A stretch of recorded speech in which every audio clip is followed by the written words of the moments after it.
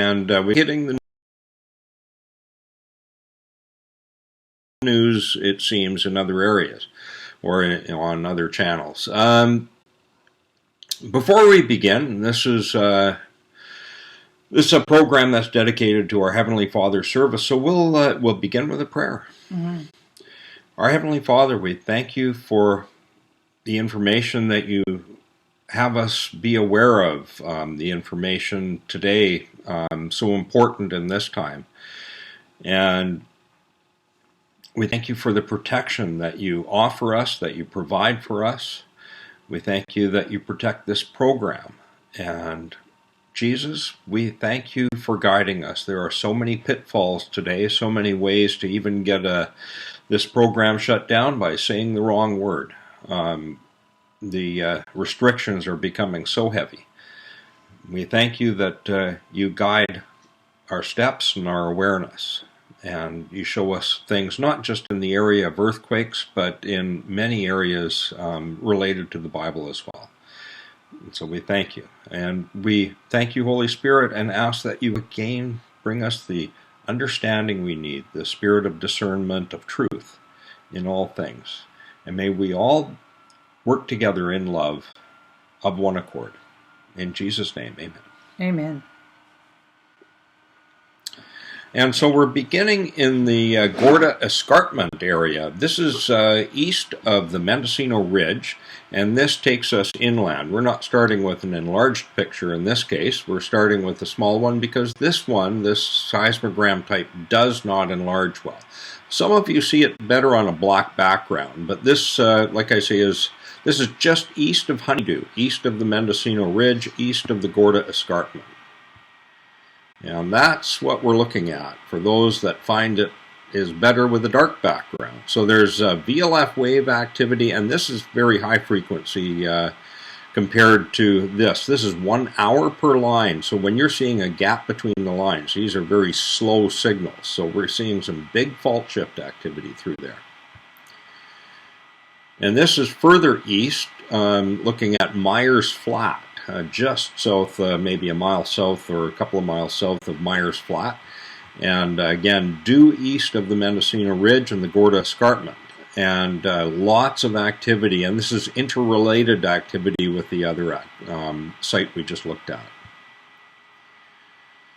And so we're going to leave that because that's the most significant activity in Northern California right now. And this is a relatively new understanding that we have of the Mendocino Ridge activity extending inland in California. Whether it's because of the subducting plate or there's an associated fault nearer the surface, we're not absolutely sure.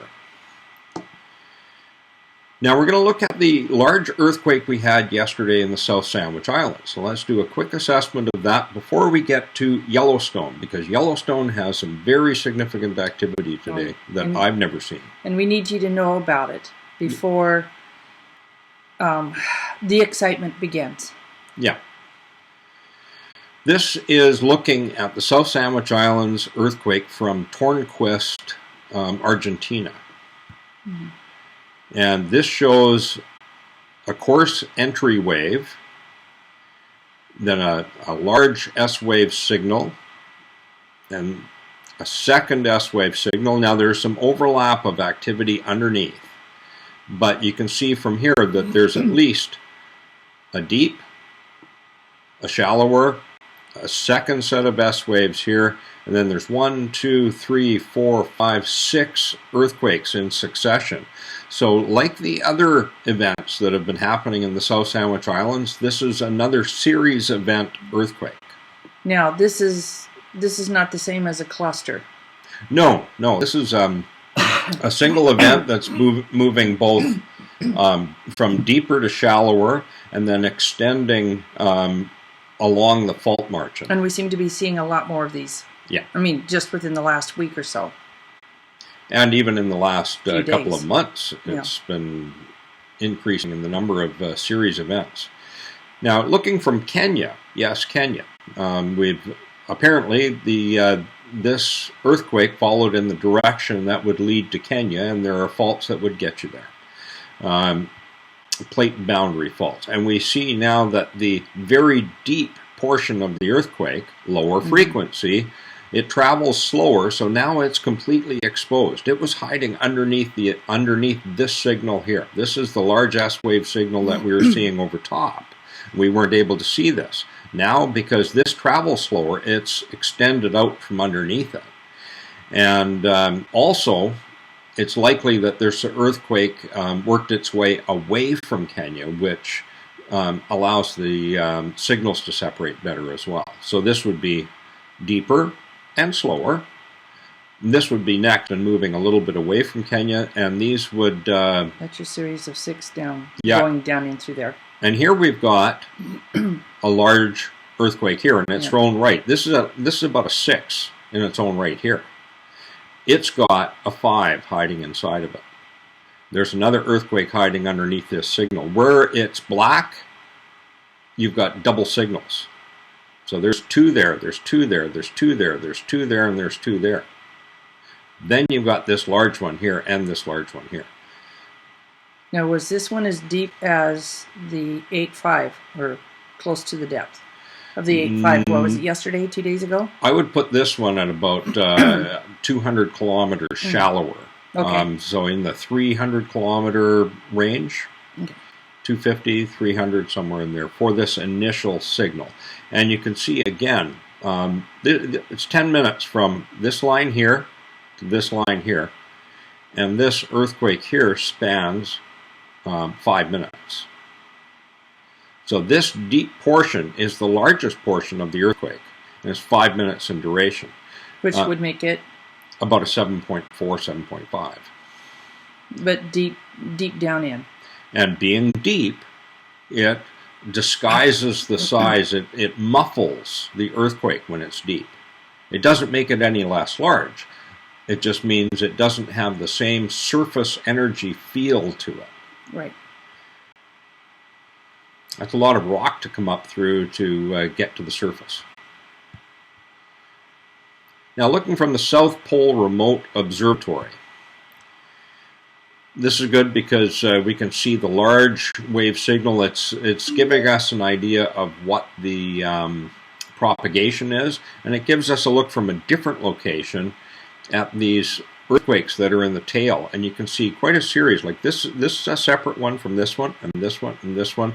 We're looking at 5s in this, or 4s, high, mid 4s to 5s in this range. There's 1, 2, 3, 4, 5, 6, 7.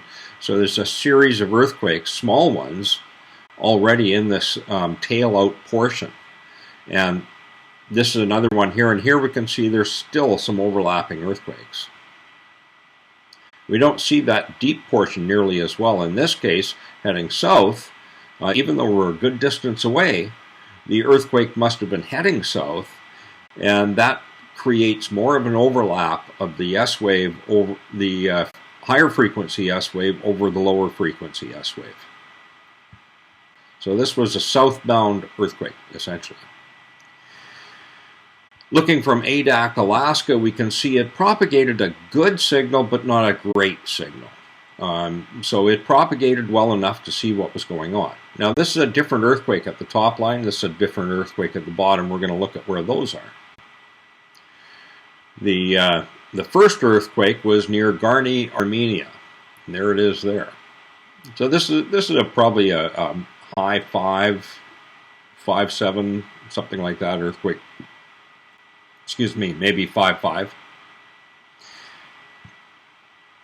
I don't look at the smaller earthquakes too closely because it's not really serving a purpose. The big ones are the focus. Here we see the second earthquake, or the last earthquake, is right in here, and that's down in New Zealand. So we're looking at a 5 or so down in New Zealand as part of this. So that explains what these signals were that we were looking at here from Adak, Alaska. We're seeing one in Armenia, one in New Zealand, and we're seeing the Big South Sandwich quake in the middle. That's what I understand with a quick look, just a quick look. The more important thing is understanding the large earthquake signals. And understand that we have gone from having plate shift. If you look back to the 28th, 27th, and 26th, we were already having quite a few states with VLF wave fault shifts in the United States.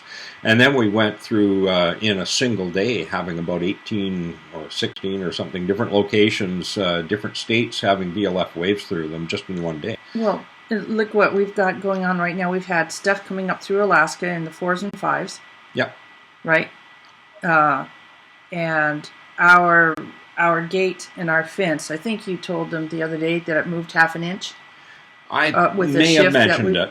With the shift, and then yesterday when I got home from visiting people, you said it's moved another 1/8 of an inch. Yeah, what I did was I readjusted the gate so it would actually have a rub from where it was, so that when the gate closed, it rubbed a little bit, one pole to the other pole, just the way it's set up.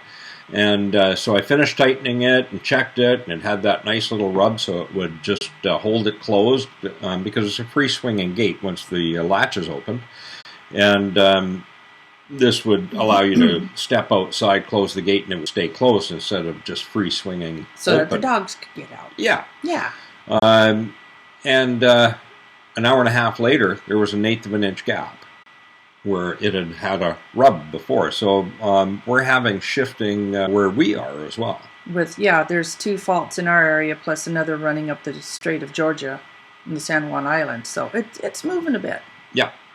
And what about those photos? We haven't heard anything more from Connie, but those photos of Mount Baker. Yeah, you're going to see in one of our upcoming programs. I've got another program together, and it's been put on the back burner briefly. But I put a Cascadia program together, and it gives a description of what Baker is really very likely to be up to because the seismogram is so messed with there. So, Dorothy, if you can get us those photos. Yeah. Dorothy and Connie, get us those photos. We would really appreciate it. Absolutely. So we had the shift beginning on the 26th of major faults all over the United States, and many states affected. And we had some increasing magnitudes in Hawaii with up to a magnitude 4. We had a 4 in Stanley, Idaho, or in that area of Stanley, Idaho.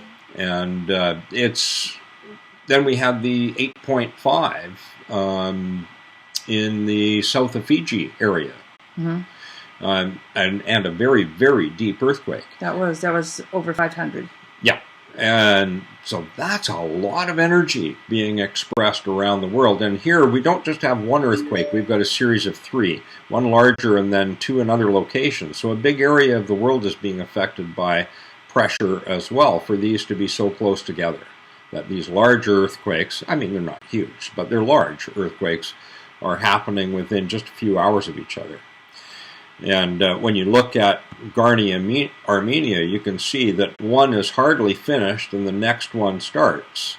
And the next one is hardly finished and then the next one starts. So it's 1, 2, 3, 4, 5, 6 hours of constant earthquake activity involved in shaking the crust, at least. The crust is shaking nonstop. And I'm going to postulate that because of the increased solar activity that we've had, this is exacerbating everything. I would agree. And I would think that once it starts exacerbating, it's just going to keep rolling on its own.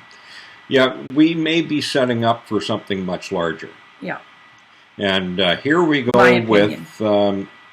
with Yellowstone. This is what we really needed to talk about.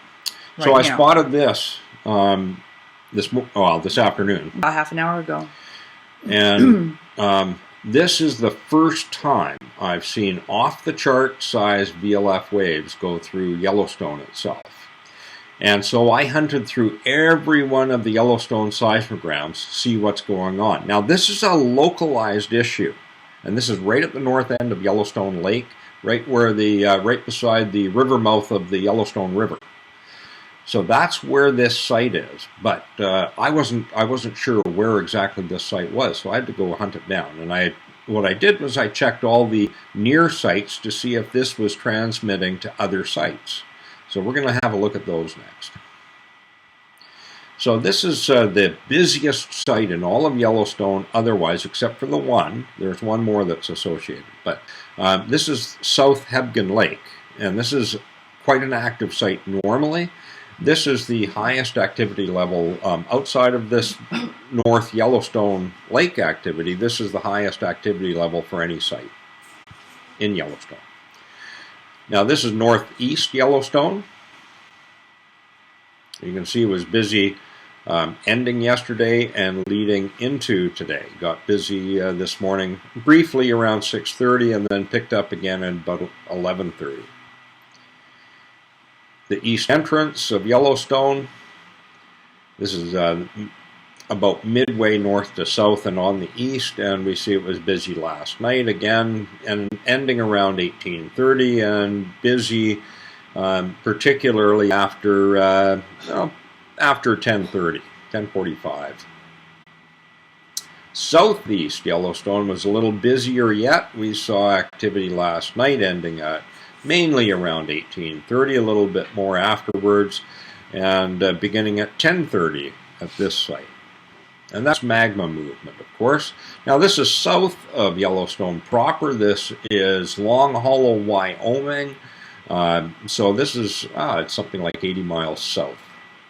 And we see there was, again, activity, magma pressure activity down at the bottom. So we're seeing consistent activity, pressure, magma pressure through the bottom of these seismograms, through the last 1, 2, 3, 4, 5 hours. And we see a lot of, I should mention, there's a lot of small earthquake activity and tremor activity in the area of Long Hollow, which is a faulted area. It's a known faulted area, at least from seismograms that I'm watching. I know it's faulted. This is Snow King, Wyoming, which is quite close to Long Hollow, and this is a reactivating volcano. This is an infill series, drum beats of magma infill is what this is referred to as. So we had a short set of that. We're getting uplift with that. We're getting uplift in here as well, and flank fracturing will be part of this. And we're seeing small tremors, small earthquakes with it. Now, these are not transferring to other sites, so they are uplift.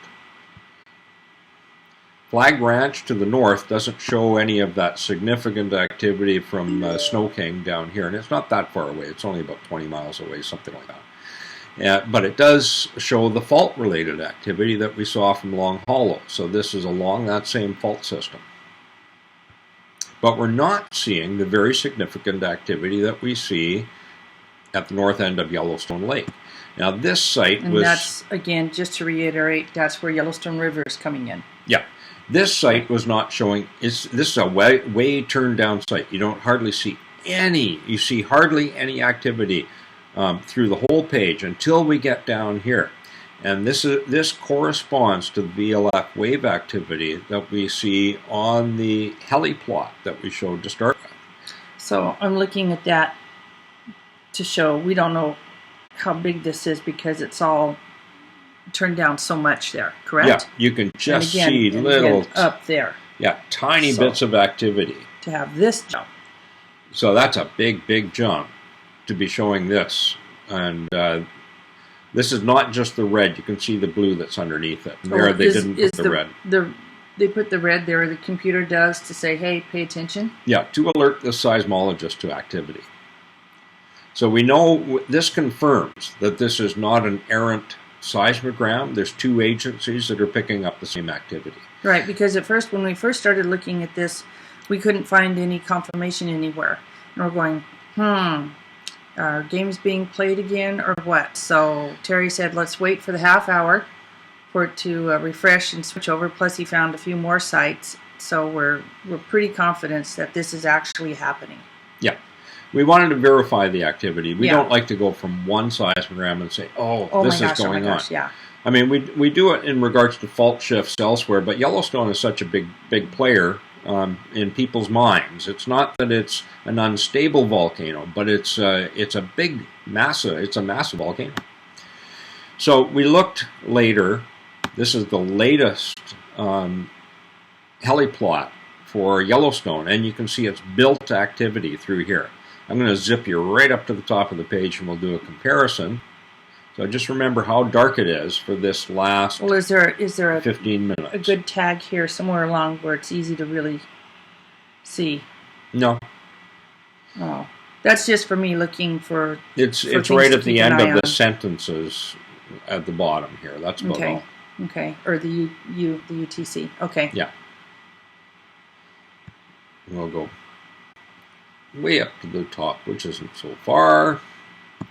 And here we see some there it is. darkness under the UTC, not nearly as black through this area though. And this was the beginning. Yeah, this was the beginning one. So, what do you read all of those as through there?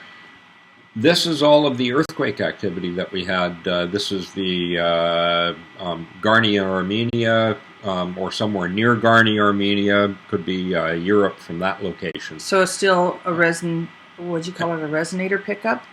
Yeah, Yellowstone works as an amplifier of distant signals. Okay. It resonates in the magma chamber and gives you a little larger representation of the signal. Mount Baker does the same thing. Mount Rainier does the same thing.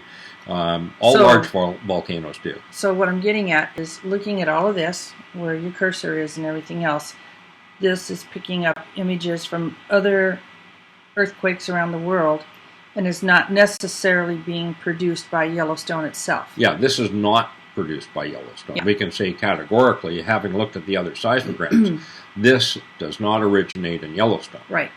That's what we wanted to get across in case anybody's going, oh my gosh, it's going to blow.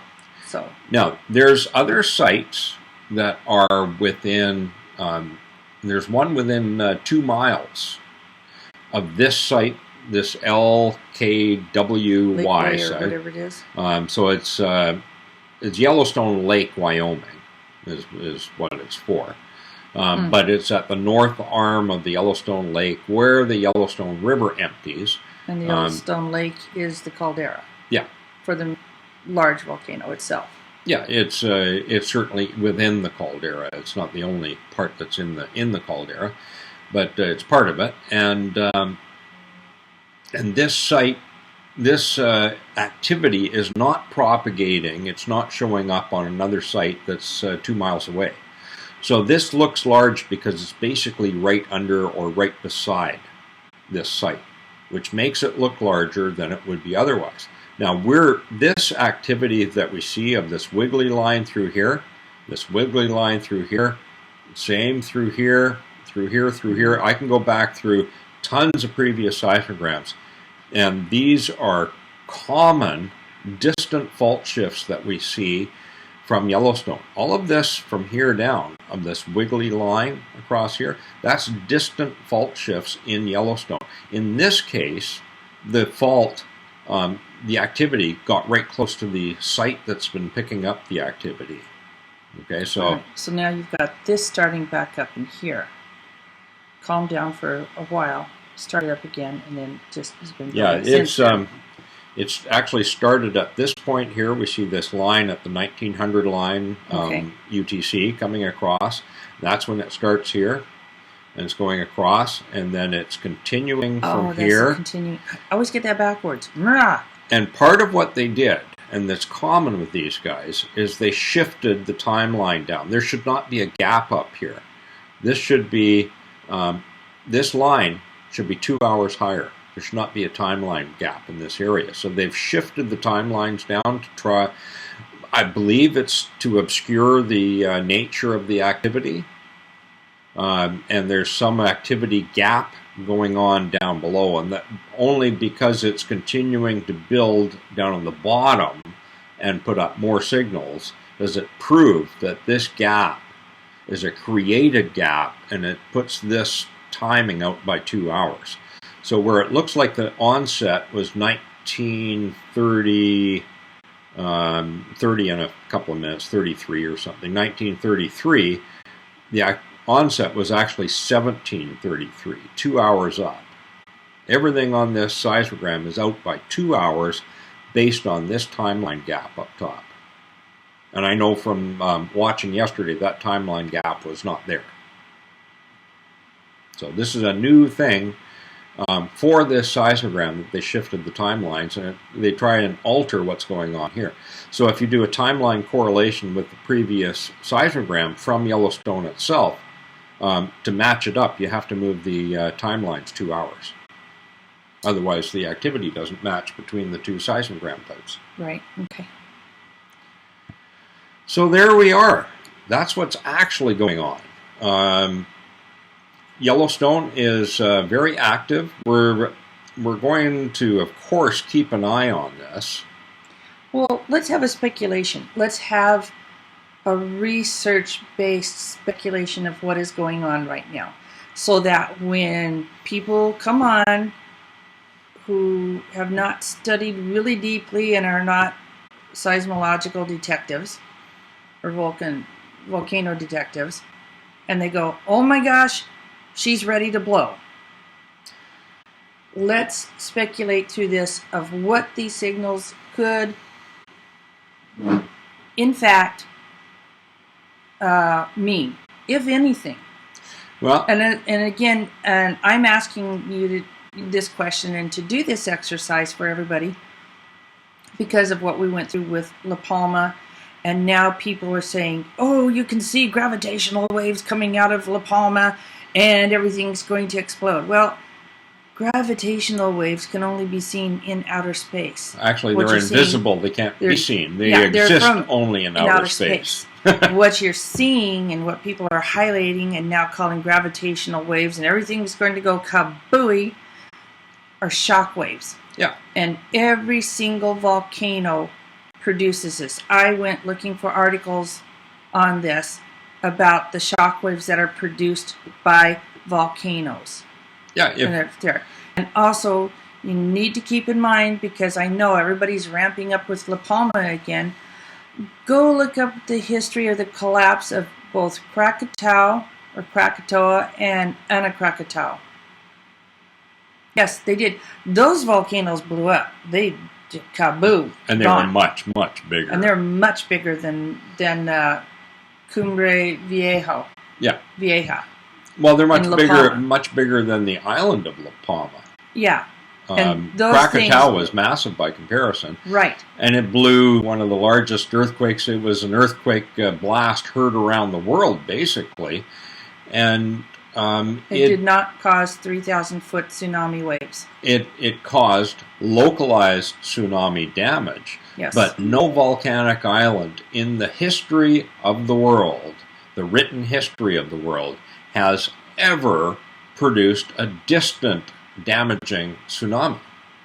No island has. We've had the massive Cascadia megathrust earthquake produce a tsunami that hit Japan, but that's shifting like 600 plus miles of continent in a subduction process. Now. They're saying even 800 miles. Yeah, and if we add in south of the Mendocino another 100 miles, it's 900 miles. Right.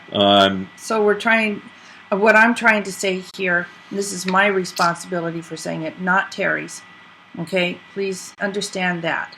If the gossip machine gets going, this is my observation on La Palma, on shock waves, on what is happening. And the reason I say that is, and I'm going to tie this back to Yellowstone, is remember what I said, when La Palma started going crazy, I said, look here, don't look over here.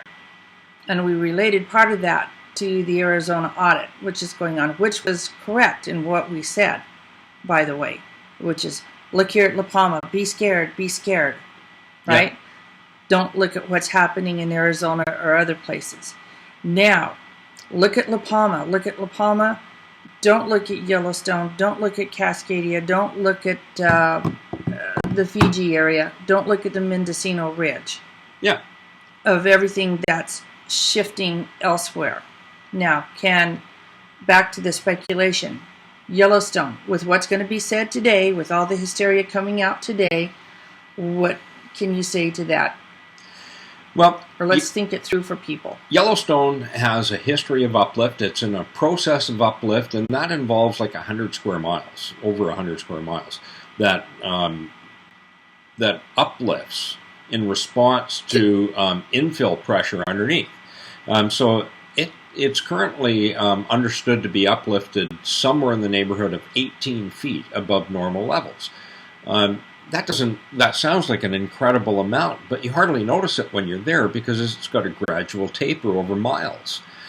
And that's what Yellowstone does. It breathes. But when we look at surrounding areas, the mountains in Stanley and Idaho, they're related to Yellowstone. They're getting feed from the same system as Yellowstone. Well, look at Salmon River that starts below Stanley, works its way all the way over to Yellowstone practically, then back around north of Stanley, and then goes up and hooks back down and into the Snake River just before it joins the Columbia.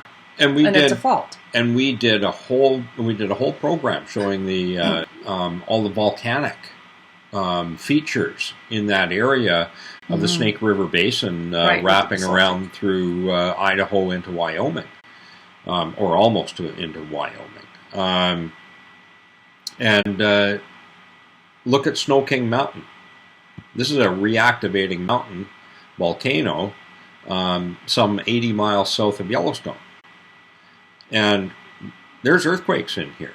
They're not huge. They're reactivation, infill, uplift, or flank fracturing earthquakes. Well, the same's happening, except to a greater degree in the Stanley area. We're seeing reactivation signals. And because of the reactivation, there's a threat around Yellowstone of eruption that is far greater of the perimeter. The perimeter volcanoes are far greater threat than Yellowstone itself because Yellowstone is so stable in being able to uplift. These other volcanoes don't have the same aspect of stability that Yellowstone has because a smaller volcano is actually more reactive. Just like Mount St. Helens is nowhere near the size of Yellowstone. Not even I think it's something like 100th the size of Yellowstone or something. It's really quite small by comparison. But it erupted with a massive eruption. Mount St. Helens is a bigger threat. Mount St. Helens, which is probably about that same size larger than the Cumbre Vieja. Yeah, it's Mount St. Helens is much larger than Cumbre Vieja. And it had a landslide. It blew out the side. How far did it go? It stayed on land. Is it as many it's probably a few miles further in from the coast than Vieja is. Yep. But still, that had a massive landslide. So think about the comparisons there. And also with Yellowstone today, like Terry said, Yellowstone itself, the land is, I guess, flexible. Yep. For the uplift. Thin, because the magma is 600 feet below the surface. It's been measured. For a large part of it, it's 600 feet below the surface. So it's a very thin layer. Pretty thin, yes. That uplifts and fractures really easy. That means it can't cap off the pressure. If you can't, only by maintaining pressure can you have something blow. If you've got a hole in the tire and you're filling it with air, does the tire blow up? No, the air just blows out the other side. Okay, well, fried some eggs this morning. Oh, they were steaming away, puffing away through holes. The heat was underneath. And going, wow, look, we've got some fracture and uplift going here. It had the perfect volcano hole in it, and you could see the steam coming up out of it, and it would uplift. It uplifted and everything, and then the steam would shoot out of it, and it whoosh, back down again. And I'm going, this is just like volcanic activity in the skillet. We had volcanic eggs this morning. So then we bennied them. But the thing is, I mean, you kind of look at that activity in everyday items. Fried eggs, for Pete's sake. And it showed exactly what the earth does with a hole and builds up steam, blows it off because it wasn't capped, then it pushed everything back down again. And a lot of this is going on with Yellowstone. So I think, in my opinion, that Yellowstone, with all the VLFs today, is not a threat at this time. And like Terry said, it's the volcanic activity around the perimeter and further out that are being more interesting. Now, let me talk about Mount Lassen just for a moment here. And Mount Lassen continues to exist, you will realize. It's still there. It hasn't disappeared. It hasn't gone anywhere, and it hasn't changed. It didn't have a change of great significance when it erupted back in, I think it was 1912 to 15 or something. Yeah. It had, and it was recorded in the paper, 120 steam blasts. Now, what you're seeing from Cumbrae Bay are steam blasts. You're seeing...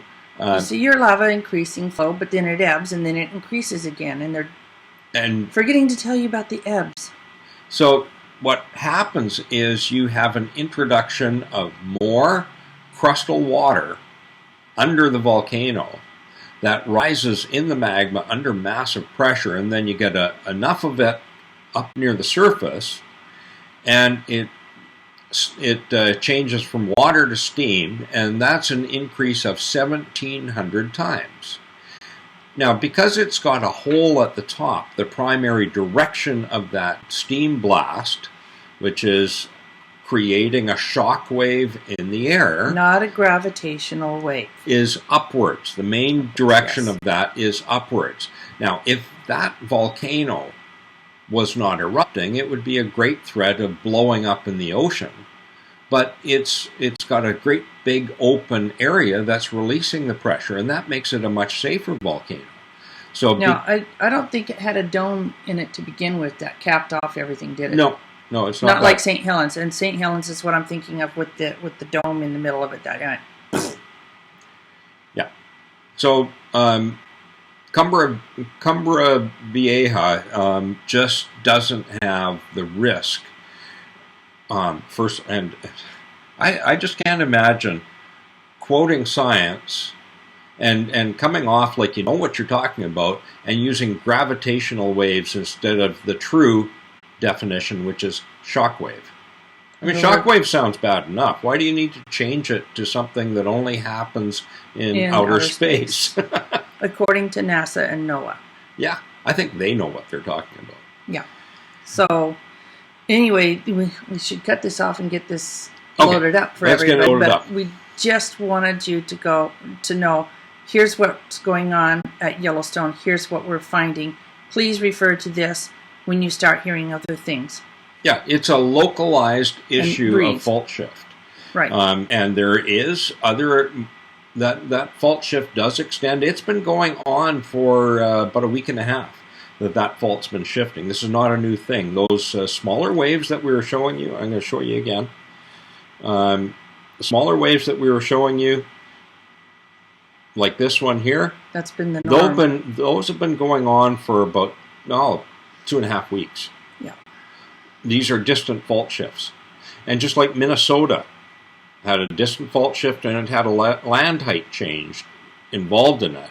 Well, this is volcanic, so you're not likely to get the same kind of land height change, but you might get some fissuring occurring somewhere in there, but this is a very active volcano, so it shouldn't be a surprise, and it's going to compensate.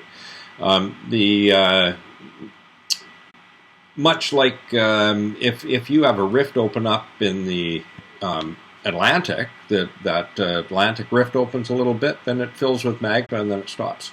Okay, what thermogram? It sounds like a singing telegram. Thermograph. We were seeing it on the Instituto Geográfico Nacional, where you could see the seismo of what La Palma was doing, and then you saw the color.